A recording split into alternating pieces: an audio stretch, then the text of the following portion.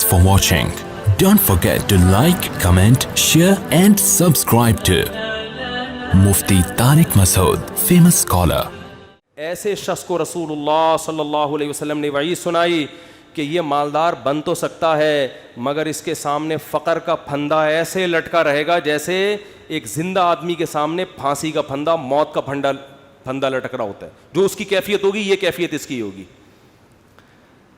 تو بھائی پیسہ کماؤ، پیسے سے دل نہ لگاؤ. اور دل سے پیسہ نکالنے کا طریقہ کیا ہے؟ خرچ کرو. ہمارے حضرت فرمایا کرتے تھے کہ پہلے زمانے میں بزرگان دین کڑک کڑک نوٹ جلوایا کرتے تھے، 5-5 ہزار کے نا، کہتے جلاؤ اس کو. آج اس کی اجازت نہیں ہے، اس میں نقصان ہے، لیکن دل سے نکالنے کے لیے نا جلواتے تھے. تو آپ جلائیں نہیں، خرچ کریں. کبھی کبھار ایسے گڈی نکال کے کسی اچھے ٹرسٹ میں دے دی، کسی غریب کو دے دی. اور سب سے زیادہ مصداق پیسہ خرچ کرنے کا آپ کے قریبی رشتہ دار ہیں، ان کو دو. آج کل لوگوں نے ہدیے رشتہ داروں میں دینا چھوڑ دیا ہے. بس عید بقرعید پہ کوئی کھانا وانا کھلا دیتے ہیں. بھائی بہن کو لفافے میں ایک گڈی ڈالے، پکڑا دے، جلے گا. جب یہ دل جلے نا، اتنا صدقہ ہو کہ دل میں آرے چلیں، تو یہ آرے چلنے سے دل آئینے کی طرح شفاف ہو جائے گا. شاعر نے کہا ہے نا، آئینہ بنتا ہے رگڑے لاکھ جب کھاتا ہے دل، کچھ نہ پوچھو دل بڑی مشکل سے بن پاتا ہے دل. دل کو دل بنانا تھوڑا ڈیفیکلٹ کام ہے. تو اس کا طریقہ یہ ہے کہ اس میں ذرا رندا چلے گا نا، رگڑا لگے گا. جب ہم وہ کیا کہتے ہیں، وہ جو ریگمال سے گھسائی ہوتی ہے نا، تو صدقہ کرتے ہوئے اتنا بھی نہ کرو کہ کل دوسروں سے بھیک مانگنی پڑ جائے، اتنا بھی نہ کرو، لیکن اتنا ہو کہ لگے کہ دل پہ گھسائی ہو، تھوڑا سا تکلیف ہو. رسول اللہ صلی اللہ علیہ وسلم نے فرمایا سب سے افضل صدقہ یہ ہے تأمل الغنا وتخشى الفقر، کہ آپ کو یہ ہو کہ اگر میں نے صدقہ کیا تو ہو سکتا ہے میں غریب نہ ہو جاؤں کل، اور اگر نہیں کیا تو اس پیسے سے مزید پیسہ بنا لوں گا. اس کنڈیشن میں جب آپ صدقہ کرو گے تو نبی نے فرمایا یہ صدقہ سب سے افضل ہے. اس میں آپ کا دل بہت جلتا ہے، اور اللہ کا وعدہ ہے کہ جو اللہ کے لیے دیتا ہے وہ غریب تو ہوتا ہی نہیں ہے. صدقے سے کبھی مال ہم نے کبھی نہیں کسی سخی آدمی کو غریب ہوتے دیکھا. تو اس سے دنیا کی محبت کم ہوگی. حدیث مکمل کر کے بس بیان ختم کرتا ہوں. فرمایا جعل اللہ فقرہ بین عینی وفرق علیہ شملا، جب دولت کو ہدف بنائے گا، مسلط کر لے گا، تو فقر کا پھندا اللہ اس کے سامنے لٹکا دیں گے. ہر وقت ڈر لگا رہے گا یار میں غریب نہ ہو جاؤں. پیسہ ہے، پلاٹ پڑے ہوئے، لیکن ڈر لگا رہے گا یار میں غریب نہ ہو جاؤں. دوسرا فرمایا وفرق علیہ شملا، اس کی فکروں کو اللہ بکھیر دیں گے. اتنی ٹینشن ہے، یہ کام بھی ہو جائے، یہ بھی صحیح ہو جائے، یہ والا بھی ہو جائے، پتہ نہیں سارے کام ٹھیک ہوں گے، ایک اٹکا ہوا ہوگا اس کی وجہ سے ٹینشن. وہ یہ نہیں دیکھ رہا کہ میرے سارے کام ٹھیک ہو رہے ہیں، چلو ایک نہیں ہوا تو کیا ہے. تو اس کی فکروں کو اللہ بکھیر دیں گے. اسے پتہ نہیں چلے گا میری اصل ٹینشن ہے کیا، مجھے سکون ملے گا کس چیز میں، اتنی فکریں. اور فرمایا وَلَمْ يَأْتِهِ مِنَ الدُّنْيَا إِلَّا مَا قُدِّرَ لَهُ، اور جس دنیا کے پیچھے بھاگ رہا ہے ضروری نہیں کہ وہ بھی مل جائے، ملے گی اتنی جتنی اس کے مقدر میں اللہ نے لکھ دی ہے. یہ جو دنیا کے پیچھے بھاگ رہے ہوتے ہیں تو سب کو پیسہ تھوڑی مل جاتا ہے. بہت سے تو وہی موت تک روڈیں ہی ناپتے رہتے ہیں، سڑکیں ناپتے رہتے ہیں، ہاتھ میں کچھ بھی نہیں آتا ان کے. فرمایا ملے گا اتنا جتنا اللہ نے لکھ دیا ہے. تو ٹینشن لینے سے کوئی فائدہ نہیں ہے. تو ٹینشن نہیں لو بھائی. آپ کو کیوں نہیں بھائی آپ کو صبح آپ نے پراٹھا کھا لیا انڈے کے ساتھ، دوپہر کھانا مل گیا، رات کھانا مل گیا، ضرورت تو 2 وقت کی تھی، مل 3 وقت رہا ہے. انجوائے کرو، مزہ ہے. کیا خیال ہے بھائی؟ ہاں بیگم ٹینشن دیتی ہے، یہ بڑا مسئلہ ہے نا شادی شدہ آدمی. تو اس کو بولو بھائی جو نبی صلی اللہ علیہ وسلم کی سنت ہمارے سامنے، آپ صلی اللہ علیہ وسلم کی امہات نے، ہماری امہات نے، آپ کی ازواج نے جب نبی سے یہ فرمایا کہ ہم اس غربت میں گزارا نہیں کر سکتی، تو آپ صلی اللہ علیہ وسلم فرمایا بھائی میں تو اسی طرح مسکین ہوں، تو تعالینا امتعکن و اسرحکن سراحا جمیلا، کہ آؤ میں تمہیں نکاح سے فارغ کر دیتا ہوں، پھر جاؤ جس سے مالدار سے نکاح کر کے رہنے رہو. تو یہاں بھی ٹینشن لینے کا بولو نہیں. اپنی طرف سے کوتاہی نہیں کرو.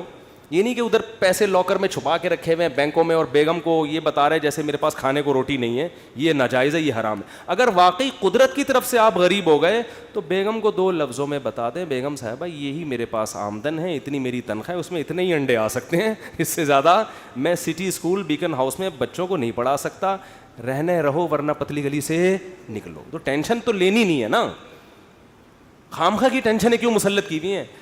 لوگوں میں بدنام ہو جائیں گے, یہ بھی بڑا ایک مسئلہ ہوتا ہے. لوگ کہیں گے, دیکھو لوگوں کو خوش کرنے کے چکر میں رہو گے. یہ کبھی بھی گدھے والا قصہ سنا دوں اگر آپ اجازت ہیں, ٹائم ہو گیا ان کی وجہ سے, آج تھوڑا سا 5 منٹ. وہ ایک آدمی جو تھا, بڑی عمر کا آدمی, اپنے بیٹے کے ساتھ گدھے پہ بیٹھ کے سفر کر رہا ہے. لمبا سفر تھا, باپ گدھے پہ بیٹھ گیا, بچہ آگے آگے. تو لوگوں نے کہا دیکھو باپ ہونے کا ناجائز فائدہ اٹھا رہا ہے, خود گدھے پہ بیٹھا ہوا ہے, بچے کو, چھوٹے معصوم بچے کو پیدل کیا ہوا ہے اس نے, بے ادب بنا رہا ہے اپنی اولاد کو, پہ ترس نہیں کھا رہا. معصوم بچہ ہے بھائی, تو باپ ہے, ایجڈ, ٹھیک ہے, اتنا کمزور تو نہیں ہے نا, چھوٹے بچے کو تو نے ایسے معصوم بچے پہ ترس کھانے کے بجائے باپ ہونے کا ناجائز فائدہ. جب لوگوں نے تانے دیے, اس نے کہا چلو میں نیچے آ جاتا ہوں, بچے کو اوپر بٹھا دیتا ہوں. بچے کو جب اوپر بٹھایا تو لوگوں نے کہا ابھی سے بے ادب بنا رہا ہے بچے کو, تمیز نہیں سکھا رہا. بچے کو باپ بنایا ہوا ہے, خود کیا بنا ہوا ہے, بیٹا بنا ہوا ہے. تو یہ بچہ بڑا ہو کر اس کا گریبان پکڑے گا. تو اس نے کیا کیا, اس نے کہا چلو یار دونوں ہی بیٹھ جاتے ہیں. دونوں بیٹھ گئے. لوگوں نے کہا گدھا ایک ہے, بندے 2 بیٹھے ہوئے ہیں. گدھا ایک ہے, بندے 2 بیٹھے ہوئے ہیں. ترس نہیں آ رہا جانور کے, گدھے کے گدھا ہونے کا ناجائز فائدہ اٹھا رہے ہیں. وہ تو گدھا ہے, تم تو انسان ہو نا. یہی تانے ہوتے ہیں لوگوں کے. اس نے کہا چلو دونوں نیچے اتر جاتے ہیں. اب گدھا خالی. تو لوگوں نے کہا گدھا وہ ہے, حرکتیں ان کی گدھوں جیسی ہیں. بنایا اللہ نے ان کو گدھا, کام ان کے گدھوں جیسے. جب تمہارے پاس سواری موجود ہے تو بے وقوفو پیدل کیوں جا رہے ہو. گدھا وہ ہے, کام دیکھو ان کے گدھوں جیسے ہیں. اس نے آگے اٹھا کے دریا میں گدھے کو پھینکا, بولا ایسے ہی ٹھیک. تو بے وقوف تھے. لوگوں کو کہنے دیتے بھائی آپ کو جو سمجھ میں آ رہا ہے آپ اس پر عمل کرو. لوگ جب خود کسی گدھے کے ساتھ سفر کریں گے نا, بھگتیں گے, تو خود فیصلہ کریں گے ہم نے کیا کرنا ہے. تو اس لیے لوگوں کی ٹینشن مت لیا کرو. یہ اس کا کوئی خدا کی, لوگ برائی پہ خوش ہوتے ہیں, لوگ برے کاموں پہ خوش ہوتے ہیں, اچھے کاموں پہ لوگ خوش نہیں ہوتے. آپ نے جو کھوپڑی میں آ رہا ہے وہ کرو. جو چیز آپ کی استطاعت میں نہیں ہے اس پہ ٹینشن کس بات کی لے بھائی آدمی.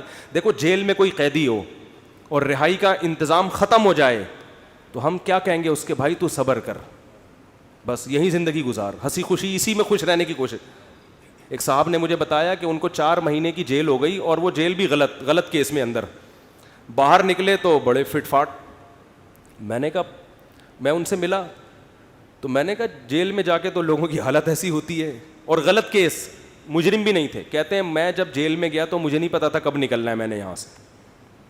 تو کہہ رہے میں نے کہا اب اسی کو انجوائے کرو, کانفیڈنس دیکھیں. اب کیا کرو جب ایک چیز اپنے اختیار میں ہی نہیں ہے. تو کہہ رہے میں وہاں ڈپس لگاتا تھا تاکہ تھکاوٹ ہو اور نیند آئے مجھے. اور اچھا وہ ڈولے شولے بھی نا کافی بن چکے تھے ان کے بڑے. میں نے کہا کیا کر رہے, کہہ رہے بھائی ہم ڈپس لگاتے تھے, اٹھک بیٹھک 400 بیٹھکیں اوپر نیچے, اور اس طرح میں سارا. اور کہہ رہے جن لوگوں نے یہ کام نہیں کیا وہ دیواروں سے سر مار مار کے پاگل ہو گئے وہ. تو جو چیز اپنے اختیار میں نہیں ہوتی اس کی انسان ٹینشن نہیں لیتا. بھائی اختیار, غربت, آپ کمانے کی کوشش کر لی پھر بھی نہیں آ رہے ہیں تو پھر بھی کوئی سسرال والے, اور سسر اگر تنگ کرے نا, سسر بولیں گے ہمارے بچے کو سٹی اسکول میں کیوں ایڈمیشن نہیں دلا رہے, ہمارا یہ بھی, ہماری بھی تو اولاد ہے نا. ایک صاحب نے مجھے کہا کہ بھائی میرے پاس پیسے ہی نہیں بچتے, انڈے کے پیسے نہیں ہیں میرے پاس, میں بچے کو بیکن ہاؤس میں سٹی اسکول میں کیسے پڑھاؤں. تو میں نے کہا نہیں پڑھاؤ یار, جتنی کی استطاعت ہے اس حساب سے پڑھا لو. کہہ رہے ہیں سسرال والے تنگ کر رہے ہیں, ساس کا فون آتا ہے کہ کیا کر رہے ہو. تو میں نے کہا ساس کو بول دو کہ میری اولاد ہے بھائی, میں زیادہ اچھا فیصلہ کر سکتا ہوں. کہہ رہے ہیں میں نے جب اپنی ساس کو اور سسر کو یہ کہا کہ میرے بچے ہیں, مجھے زیادہ فکر ہے, تو انہوں نے کیا ہمارے بچے نہیں ہیں یہ, یعنی ہماری بھی تو بیٹی کی اولاد ہے, کیا ہمارے بچے نہیں ہیں. تو وہ داماد مجھے فون کر کے کہہ رہے ہیں کہ میری ساس سسر نے کہا کہ کیا یہ ہمارے بچے نہیں ہیں. تو حضرت اس بات کے آگے میں کیا ہو گیا, خاموش. میں نے کہا یہیں سے تو بات شروع ہوئی تھی, یہیں سے تو بات شروع ہوئی تھی. ان سے کہتے یقیناً آپ کے بچے ہیں, لہذا آدھی فیس آپ اور آدھی ہم دیں گے. زبردست کام ہو گیا, ہٹو بچوں ہو گیا یہ. میں نے کہا انہوں نے تو خود جواب دے دیا, فری پھوکٹ کے بچے تو سارے محلے کے اپنے بچے بنا لو. میں نے کہا ان سے بولو سٹی اسکول کی آدھی فیس آپ دیں گے کیونکہ آپ کے بچے بھی ہیں, ورنہ صرف مشورے کی حد تک نہیں ہوتا یہ. تو میں نے کہا بھائی ٹینشن نہیں لے, جتنی تیرے اندر گنجائش ہے ٹھیک ہے, نہیں ہے تو نہیں ہے. تو اللہ سے دعا ہے, وقت پورا ہو گیا, اب ٹاپک پھر اگلے ہفتے انشاءاللہ مکمل کریں گے. اللہ تعالی ہم سب کو سمجھنے کی, عمل کی توفیق عطا فرمائے.